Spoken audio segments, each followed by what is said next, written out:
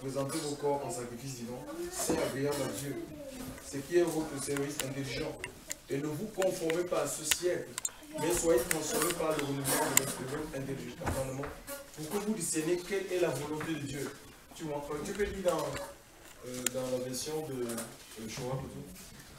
Je vous exhorte donc, frères, par les compassions de Dieu, à offrir vos corps en sacrifice vivant, saint, agréable à Dieu, ce qui est votre culte raisonnable. Et ne vous conformez pas au siècle présent, mais soyez transformés par le renouvellement de votre entendement, afin que vous éprouviez quelle est la volonté de Dieu, ce qui est bon, agréable et parfait. Oui, donc voilà. Donc on ne peut pas avoir éprouvé. Éprouver, il faut être au Seigneur. Il faut être entièrement au Seigneur, ça te donne la capacité, c'est la capacité d'analyse. De savoir des choses qui sont bonnes parce que tout est mélangé. Le vrai et du faux. Pour savoir le vrai et le faux, il faut être dans le vrai. Sinon, ça sera impossible. Tu as dit que bon, ben, tout le monde parle de Dieu, toutes les églises sont bonnes. Non. Tu vas te faire avoir et même des paroles. Il faut être à Dieu parce que le diable aussi peut te parler. Le diable peut te parler, peut t'envoyer des visions qui ne sont pas les visions de Dieu. Mais il faut être en capacité d'analyser tout ça. Il faut être au Seigneur. Alléluia. Pour ne pas être trompé, pour ne pas être séduit. C'est ça, le remède intelligent ne viendra pas si on ne se consacre pas, si on ne s'offre pas. Vous voyez? Il n'est pas question de connaître vraiment la Bible de la Genèse à l'Apocalypse. Ça ne sert à rien. Abraham n'avait pas de Bible, mais il est rentré dans les promesses de Dieu. Il est rentré, il obéissait. Il faut obéir à Dieu. Il faut obéir à la voix du Seigneur. Il y a des gens, j'aime des gens, ils connaissent ce livre, ils connaissent ça, ils connaissent le grec, tout. Mais obéir à une seule parole. La Bible dit que vous avez reçu gratuitement, donné gratuitement, mais ils continuent à vendre. Ils ne peuvent pas obéir à ça, parce qu'ils sont sans force. Il faut avoir la force. On se consacre, Dieu nous communique sa force, chers frères. Nous avons la force d'obéir au Seigneur et de vivre la parole de Dieu. On ne prêchera pas seulement, on ne chantera, on vivra. Déjà le chant, l'adoration. Je ne dis pas, ça fait partie de l'adoration, mais ce n'est pas l'adoration. Chers frères, quelqu'un peut lire le psaume 98. Oui. Chantez à Yahweh un cantique nouveau, car il a fait des choses merveilleuses. Oui, écoutez, chanter à l'Éternel un cantique, car il a fait. Ça veut dire que le chant, la louange, l'adoration, c'est la conséquence de ce que Dieu fait dans ta vie. Parce que Dieu travaille dans ta vie. Parce que Dieu agit dans ta vie. Pourquoi? Parce que toi, tu le laisses agir. Que tu seras amené à chanter pour le Seigneur. Donc, ce n'est pas des chants religieux. Où on va apprendre des chants. Allez, on va répéter samedi. On a fait créer des chorales comme ça. Même il y a des écoles d'adoration. Non, c'est la conséquence de l'action de Dieu. Parce que Dieu travaille tellement dans ta vie que tu seras poussé à chanter, à louer, à prier, à adorer. C'est pour remercier Dieu de ce qu'il fait en toi. Donc c'est pas envers les hommes on chante. On ne chante pas pour la foule, pour amuser la galerie. C'est pour le Seigneur, on va vers Dieu.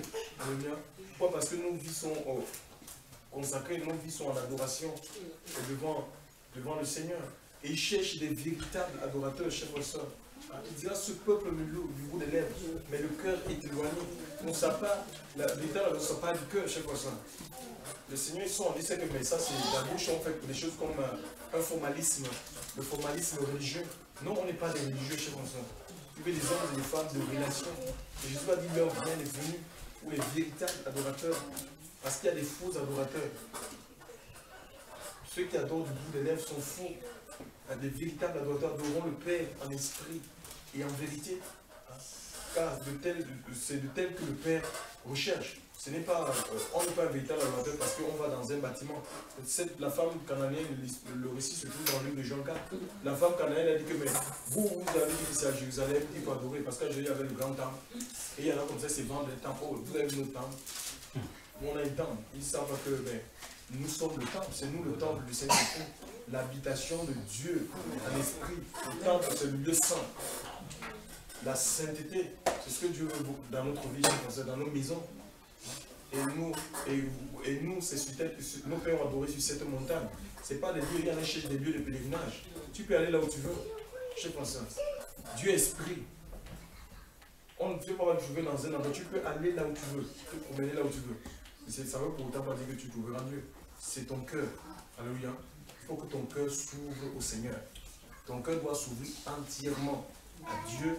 Alors tu seras un instrument, alléluia, pour le Seigneur. Et nous avons le petit Isaac va poser la question à son père. Il dit, mais voici le feu, il y a le bois, où est le sacrifice? Isaac va lui dire, où est Dieu, où est l'agneau? Il a dit, Dieu se pouvoira, oui. Dieu pouvoira lui-même.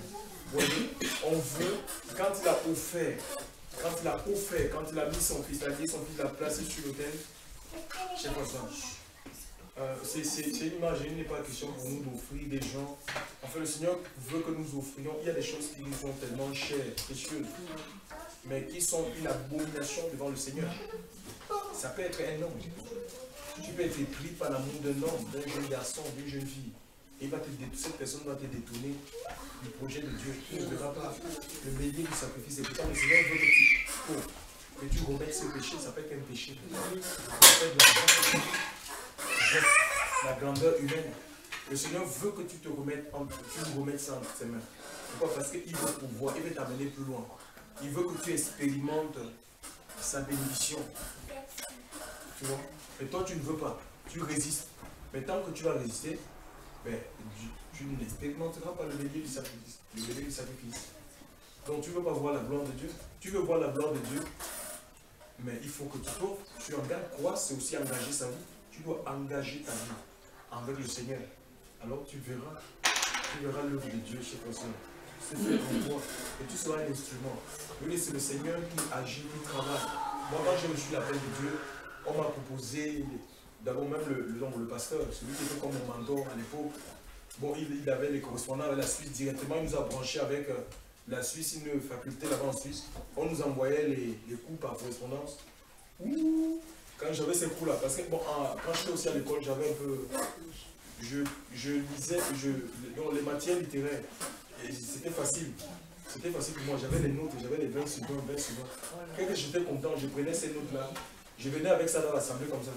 Je montrais à tout le monde, vous avez eu mes notes, vous avez eu mes notes, je me contentais. Et ça avait rempli mon cœur. De l'abondance du cœur, la bouche pleine.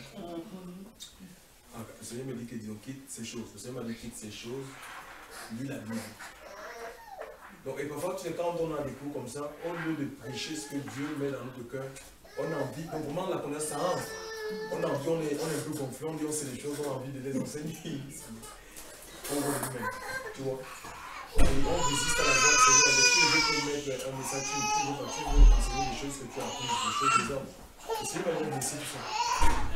Que lis ma Bible, je vais t'enseigner. Je vais moi-même t'enseigner.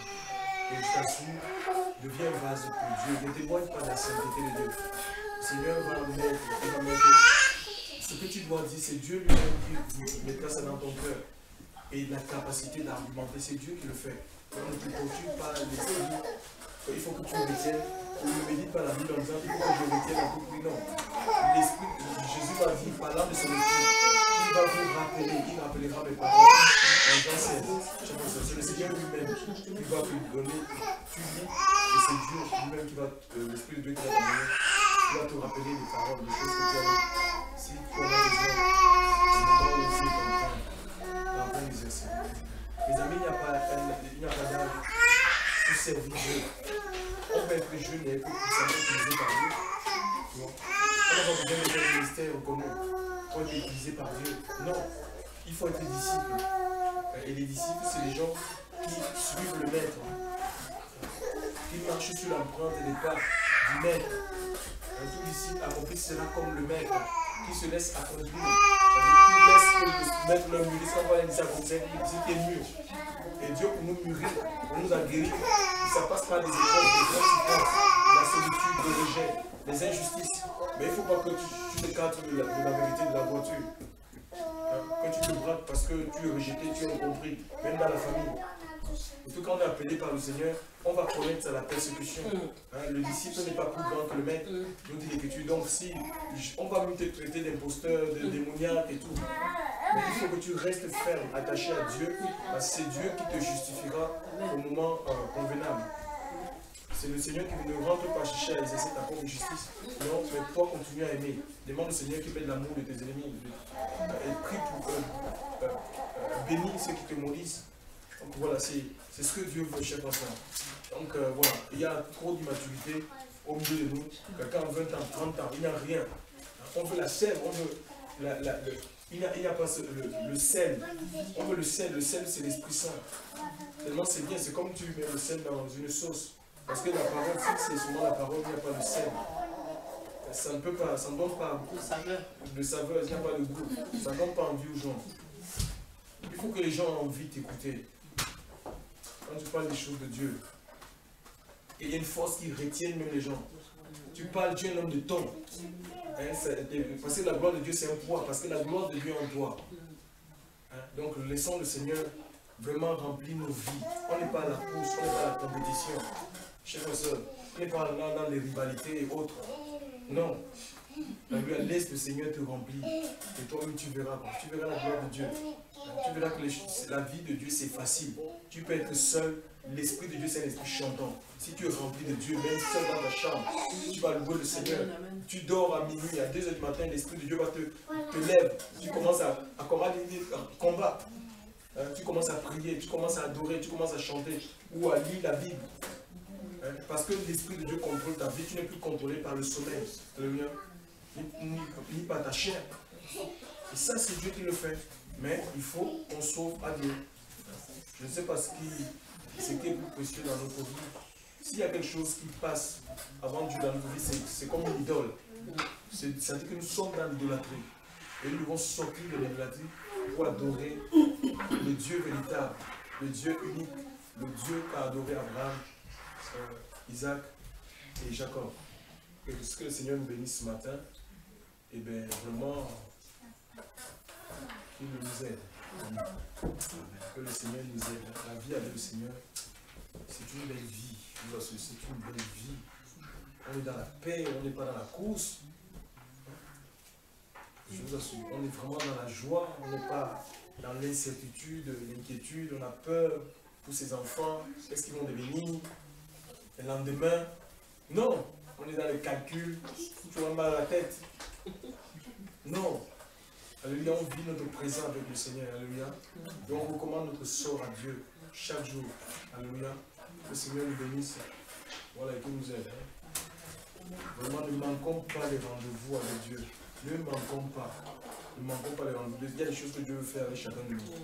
Ne manquons pas. Ces personnes, tu ne diras pas, c'est tel qui va empêcher. Personne ne peut empêcher le Seigneur de vrai dans une vie. Si c'est lui-même. Personne.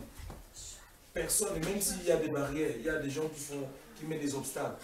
Dieu va se servir de ces obstacles pour nous amener plus loin, pour t'amener plus loin. Voilà. C'est comme ça que ça se passe. Donc, c'est ton cœur, il faut veiller sur ton cœur et te dire vraiment, tu appartiens au Seigneur. Et voilà, nous allons rentrer dans la promesse comme Abraham est rentré dans la promesse. Isaac, Jacob, tout ce monde-là, ils sont rentrés dans leur promesse. Ils sont rentrés dans leur bénédiction, le peuple d'Israël. Voilà. Soyez encouragés, fortifiés ce matin.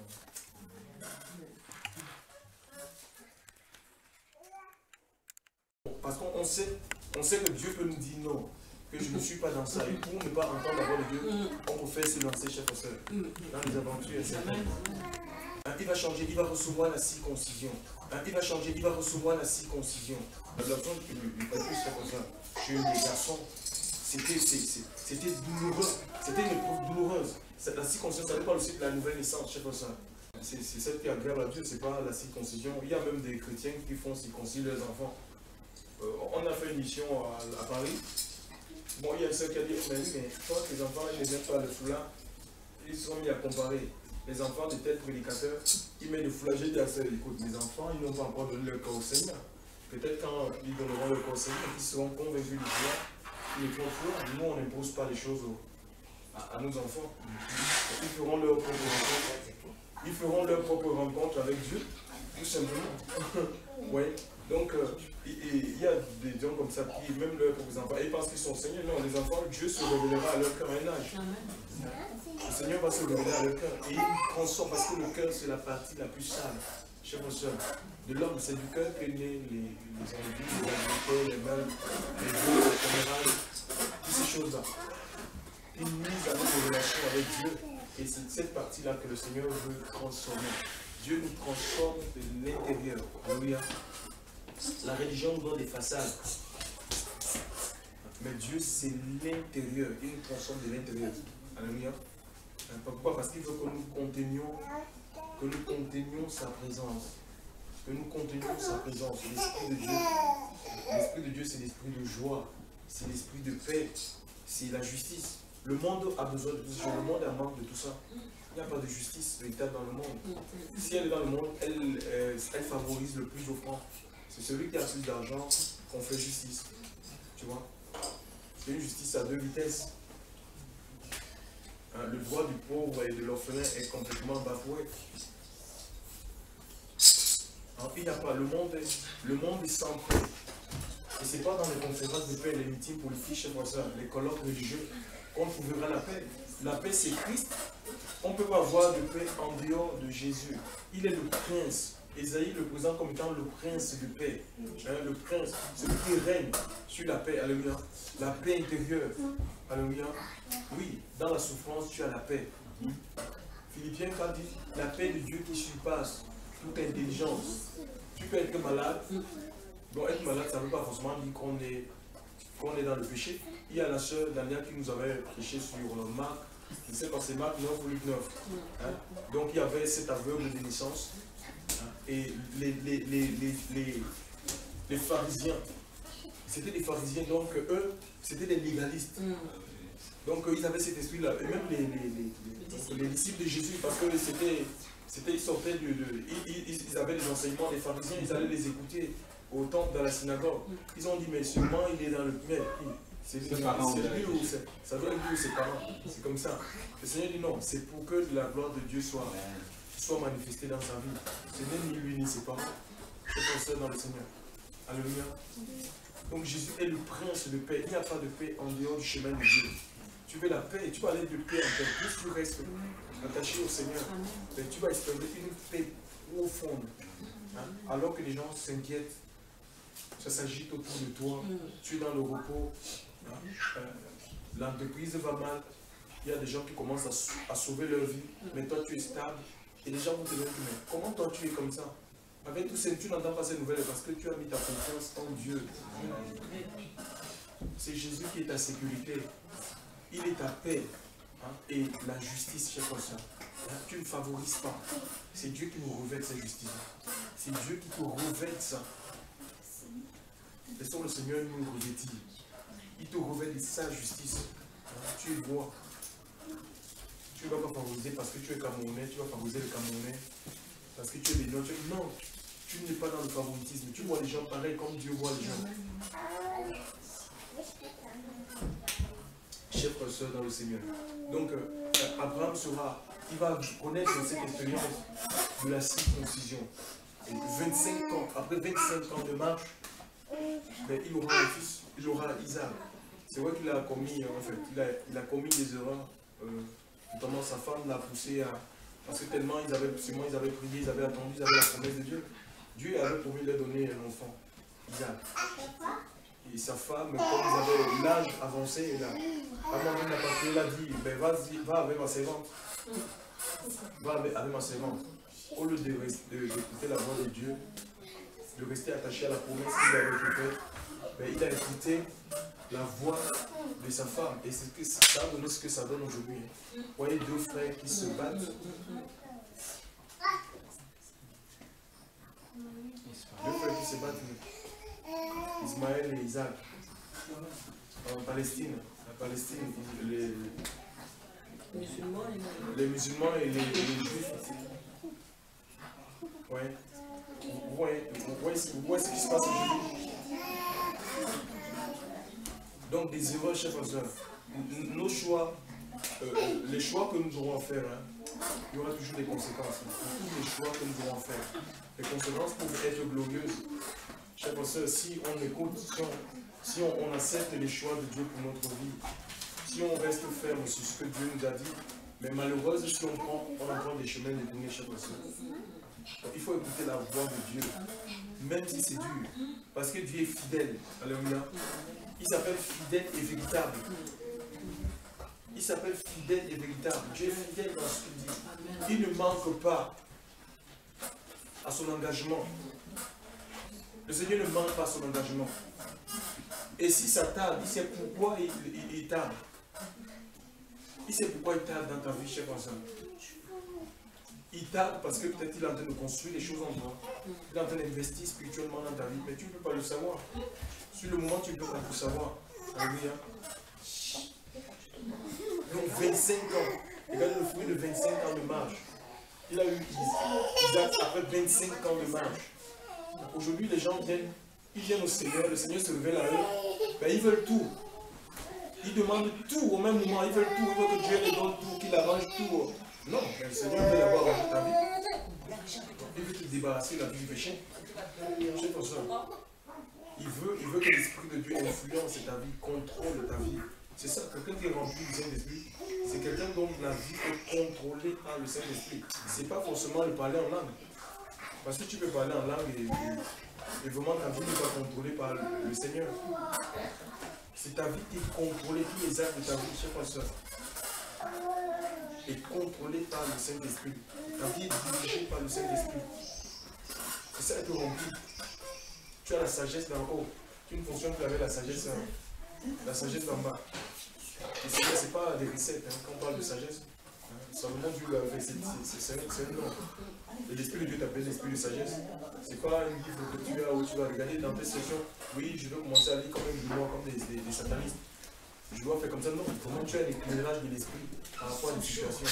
Comment est-ce que tu dois agir, comment tu dois parler, comment tu dois te comporter. Mais il faut laisser le Seigneur vraiment remplir ta vie. Après 25 ans, regardez 25 ans de persévérance, cet homme-là, Dieu lui a accordé la promesse s'est manifestée. Et regardez, le fruit de la patience, le fruit de 25 ans de marche avec Dieu, de combat et de lutte, Dieu lui dit, maintenant je veux ton fils, ton unique. L'unique est censé, chère soeur, nous remplacer quand on n'est pas là. C'est l'unique, ça dit à partir de l'unique, on peut savoir que nous avons existé. Quoi. Nous existons si nous sommes plus là, si on est mort. Par exemple, si votre maman n'est plus là, ben, on se souvient de votre maman à partir de votre vie. L'unique est censé perpétuer notre lignée. Et Dieu va lui demander, le Seigneur va lui demander, il va lui demander son unique, son fils, en holocauste. Et le troisième jour de marche, l'Écriture dit qu'Abraham a levé les yeux. Il lui avait parlé de l'endroit où il fallait offrir son fils en holocauste. Les Juifs, il y a 5 types de sacrifices il y a 5 types de sacrifices dans la Bible. Il y a 5 types de sacrifices. Pour nous, on n'a plus à les faire. Parce que c'était dans l'Ancienne Alliance. Ça touche les lois un peu cérémonielles, culturelles. Donc, il y avait le sacrifice de culpabilité, le sacrifice d'expiation, l'action de grâce, le sacrifice de péché, et puis l'holocauste. L'holocauste, c'était le sacrifice dans lequel la victime devait être entièrement brûlée, consumée. Donc le sacrificateur qui offrait cet animal n'avait pas le droit de manger ni la cuisse ni l'épaule, il devait rien toucher. C'était la part de Dieu. C'est Dieu qui devait prendre tous ces... enfin, le Seigneur devait... C'était pour Dieu. C'était quelque chose de réservé à Dieu. Alléluia. Et ici, il devait offrir ce fils-là pour le Seigneur. Chef ça. Imaginez un peu. Il va dire à ses fils, il va dire à ses serviteurs que ben, restez ici.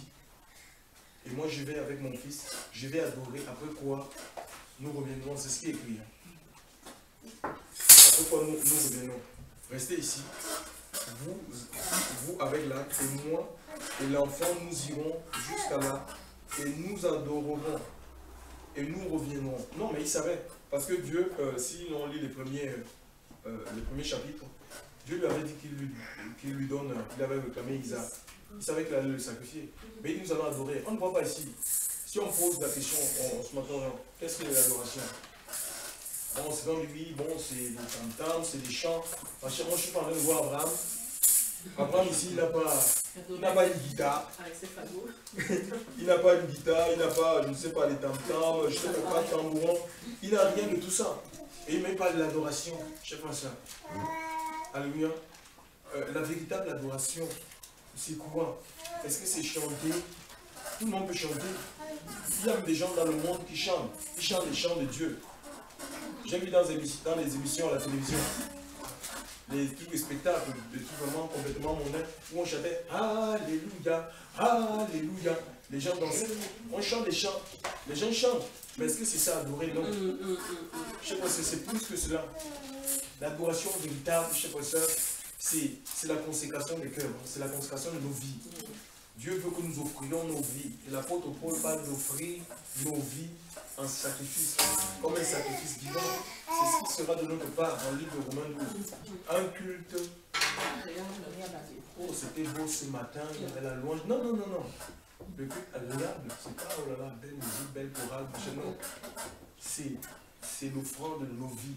Alléluia. Quand nos vies sont offertes à l'autel, parce qu'Abraham va construire un autel pour offrir Isaac.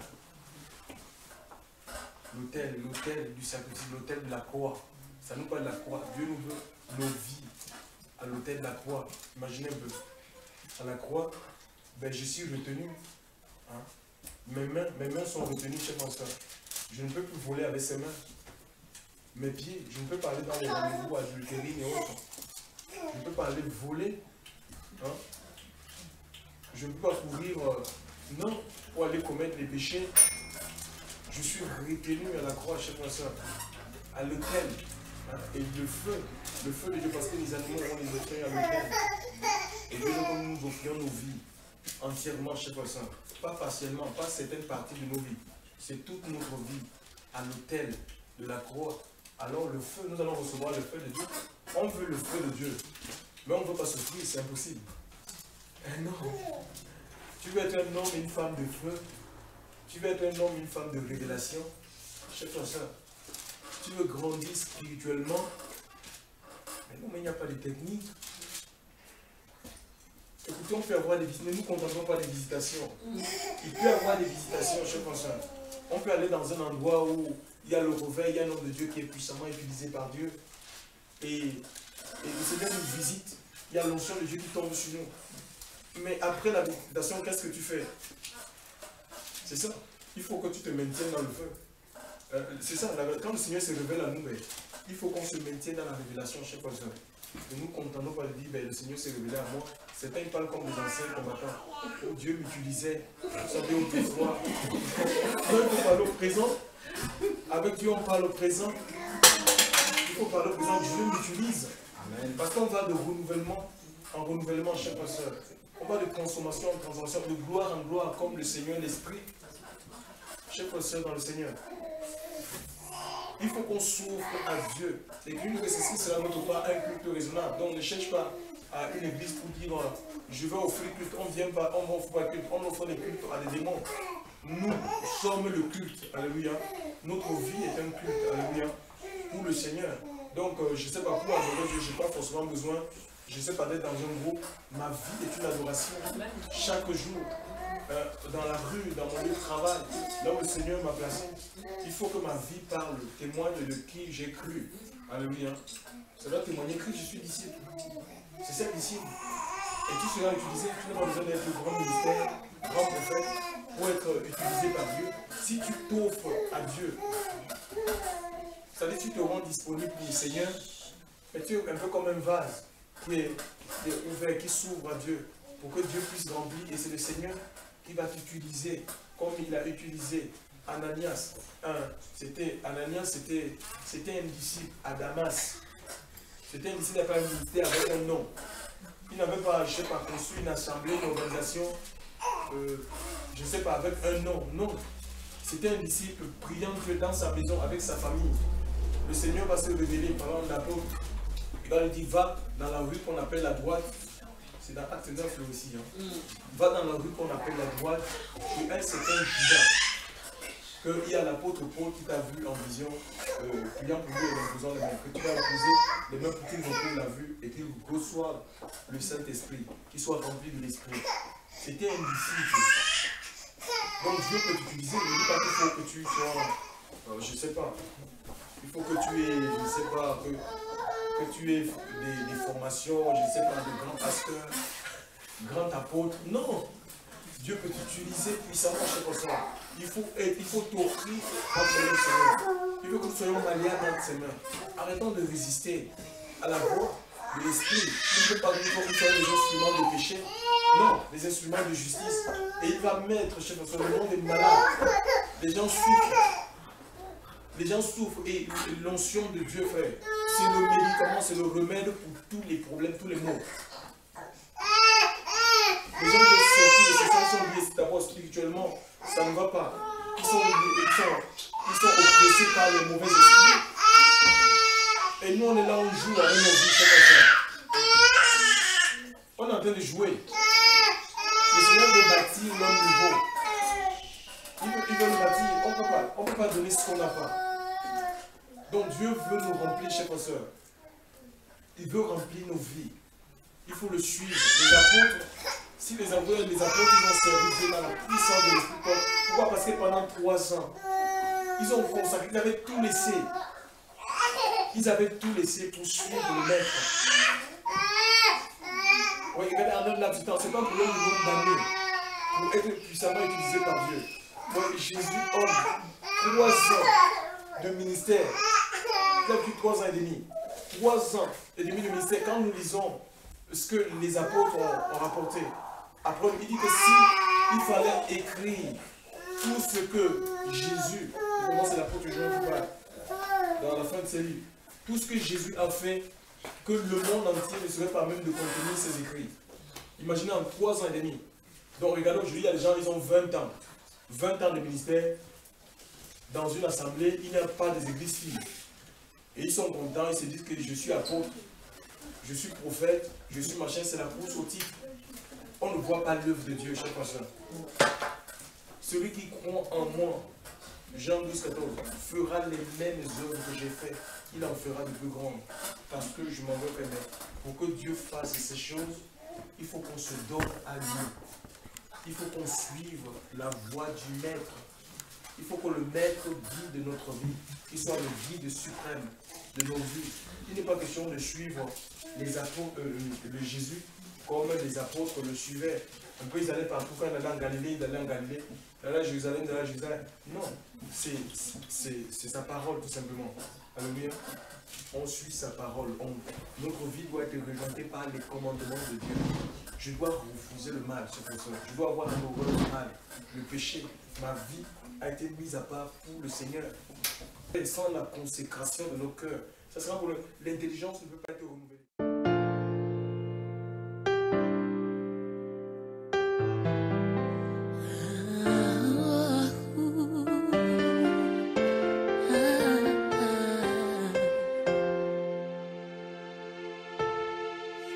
C'est dur d'être délaissé par des personnes que tu portes dans ton cœur, d'être rejeté à cause du nom de Jésus. Tu te demandes